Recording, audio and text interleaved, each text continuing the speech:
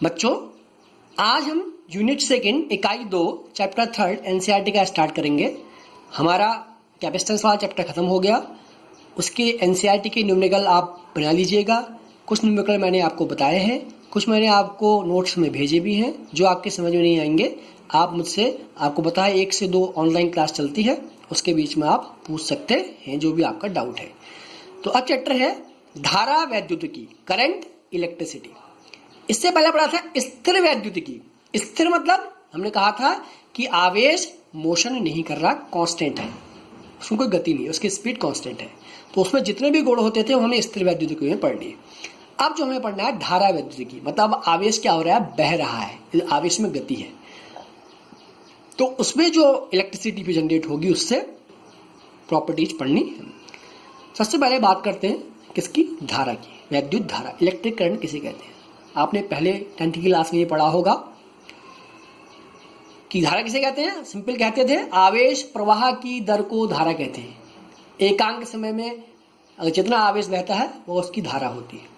तो किसी चालक के अनुप्रस्थ काट से, आप अनुप्रस्थ काट आप समझ रहे हैं ना बच्चों, अनुप्रस्थ काट बहुत इंपॉर्टेंट है। अनुप्रस्थ काट का मतलब पूरा क्षेत्रफल नहीं होता। माना हमारा ए बी एक तार है, तो उसमें से हमने बाइसेक्शन काट दिया, ऐसे मतलब ऐसे काटा हमने, यूं लंबवत काटा, यूं काटा, तो काट के हमें ये जो मिलता है ये भाग, ये क्या कहलाता है, अनुप्रस्थ काट। तो किसी चालक के अनुप्रस्थ काट से एकांक समय में गुजरने वाले आवेश की मात्रा को हम क्या कहते हैं, वैद्युत धारा कहते हैं। तो एकांक समय में जितना आवेश बहता है वह उसकी वैद्युत धारा कहलाती है। तो वैद्युत धारा बराबर फॉर्मूला होगा वैद्युत आवेश बट्टे समय। तो धारा आई, आवेश को लिखते हैं Q, समय को T, तो I बराबर Q बट्टे T। तो Q का मात्रक कूलाम, समय का मात्रक सेकेंड, तो कूलाम पर सेकेंड। और इस कूलाम पर सेकेंड को हम क्या कहते हैं, एम्पियर कहते हैं। तो धारा का ऐसा ही मात्रक होता है एम्पियर। वीमा उसकी आपको पता है A, और धारा कैसी राशि होती है, अदिश राशि होती है।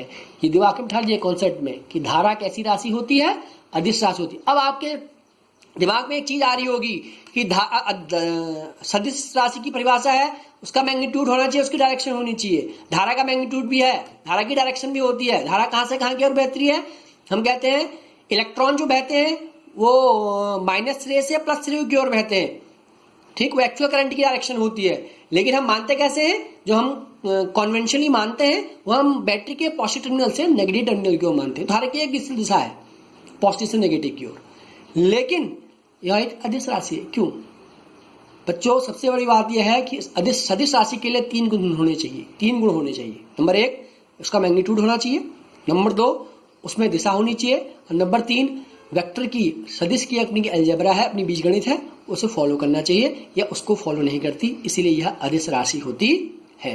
तो धारा की दिशा क्या होती है, बैटरी के धन सिरे से ऋण सिरे की ओर, जो हम मानते हैं। और जो एक्चुअल डायरेक्शन होती है वो याद रखिएगा, वह इलेक्ट्रॉन का प्रवाह होता है। इलेक्ट्रॉन नेगेटिव वाले से, छोटे वाला जो डंडा होता है बैटरी का, नेगेटिव से पॉजिटिव की ओर बहती है। तो ये धारा की परिभाषा। अब इसमें कुछ कॉन्सेप्ट काम आएंगे आपको, जो मैं थोड़ा बता दूं। एक चीज आएगी संयोजक इलेक्ट्रॉन, ये अभी भी काम आएगी, बाद में लास्ट के चैप्टर में सेमीकंडक्टर में काम आएगा। संयोजक इलेक्ट्रॉन आप पढ़ते हैं, वैलेंस इलेक्ट्रॉन सिंपल सा है, जो कोई भी तत्व है उसका परमाणु है, उसके परमाणु को इलेक्ट्रॉन चक्कर लगाते हैं और इलेक्ट्रॉन अलग कोष में होते हैं। तो सबसे बाह्य कोष के जो इलेक्ट्रॉन होते हैं उस तत्व के, उस परमाणु के जो बाह्य कोष के इलेक्ट्रॉन है, वो कौन से इलेक्ट्रॉन कहलाते हैं, संयोजक इलेक्ट्रॉन कहलाते हैं। फिर आती है बात किसकी, मुक्त इलेक्ट्रॉन की। तो मुक्त इलेक्ट्रॉन क्या होते हैं, अब इलेक्ट्रॉन है, उन संयोजक इलेक्ट्रॉन को उससे बाहर निकालने के लिए मिनिमम एनर्जी चाहिए। अगर उन संयोजक इलेक्ट्रॉन को किसी बाहर से, उस परमाणु को बाहर से इतनी एनर्जी मिल जाए कि उसके वो संयोजक इलेक्ट्रॉन क्या हो जाए, वहां से मुक्त हो जाए, तो उन इलेक्ट्रॉनों को क्या कह देते हैं, मुक्त इलेक्ट्रॉन कह देते हैं। और इन्हीं इलेक्ट्रॉन से क्या होती है, फिर धारा प्रवाहित होती है। तो जब किसी परमाणु को बाहर से उचित ऊर्जा प्राप्त होती है, तो वायु कोष में स्थित संयोजक इलेक्ट्रॉन उत्तेजित होकर धातु में मुक्त होकर इधर उधर घूमने लगते हैं, या विचरण करने लगते हैं, या गति करने लगते हैं। इन्हें मुक्त इलेक्ट्रॉन कहा जाता है। इन मुक्त इलेक्ट्रॉनों के कारण धातु में धारा प्रवाहित होती है। और ये एक दिमाग में बैठाइए कि धातु में मुक्त इलेक्ट्रॉन सबसे ज्यादा होते हैं, क्योंकि आपको पता है कंडक्टर, इंसुलेटर और सेमीकंडक्टर। कंडक्टर मतलब चालक, इंसुलेटर मतलब कुचालक, सेमीकंडक्टर मतलब अर्धचालक। तो धातु इलेक्ट्रॉन सबसे ज्यादा होते हैं, इसीलिए वो सबसे अच्छा कंडक्टर होता है, क्योंकि मुक्त इलेक्ट्रॉन जितने ज्यादा होंगे उतनी ज्यादा इलेक्ट्रिसिटी आप फ्लो कर सकते हैं। इसमें कितना 10⁻29 प्रति मीटर क्यूब। अगर ये प्रति मीटर का हम तार ले लें तो उसमें कितने इलेक्ट्रॉन होते हैं? 10⁻29 लगभग इतने होते हैं। कितना होता है समझिए, ठीक। तो ये फ्री इलेक्ट्रॉन होते हैं। तो वैलेंस इलेक्ट्रॉन फ्री इलेक्ट्रॉन का आपको फर्क आना चाहिए। तो वैलेंस इलेक्ट्रॉन है जो किसी तत्व के परमाणु में सबसे बाहर के कोष में है, वो वैलेंस है। और संयोजक क्या है, सॉरी मुक्त इलेक्ट्रॉन क्या है? जब उन्हें बाहर से ऊर्जा मिल जाती है और मुक्त हो जाते हैं, वहां से उस कोष से बाहर निकल जाते हैं और विचलित करने लगते हैं मुक्त फ्रीली, तो वो क्या कहलाते हैं? मुक्त इलेक्ट्रॉन कहलाते हैं। एक टर्म आएगा श्रांति काल, रिलैक्सेशन टाइम, ताऊ से प्रदर्शित करते हैं। तो जब इलेक्ट्रॉन फ्रीली मुक्त हो गए तो आपस में टकराएंगे, एक दूसरे से टकराते रहते हैं। तो दो क्रमांकित टक्करों के बीच जब टकराएंगे तो दो क्रमांकित है, क्रमांकन लगातार एक के बाद दूसरी, तो दो क्रमांकित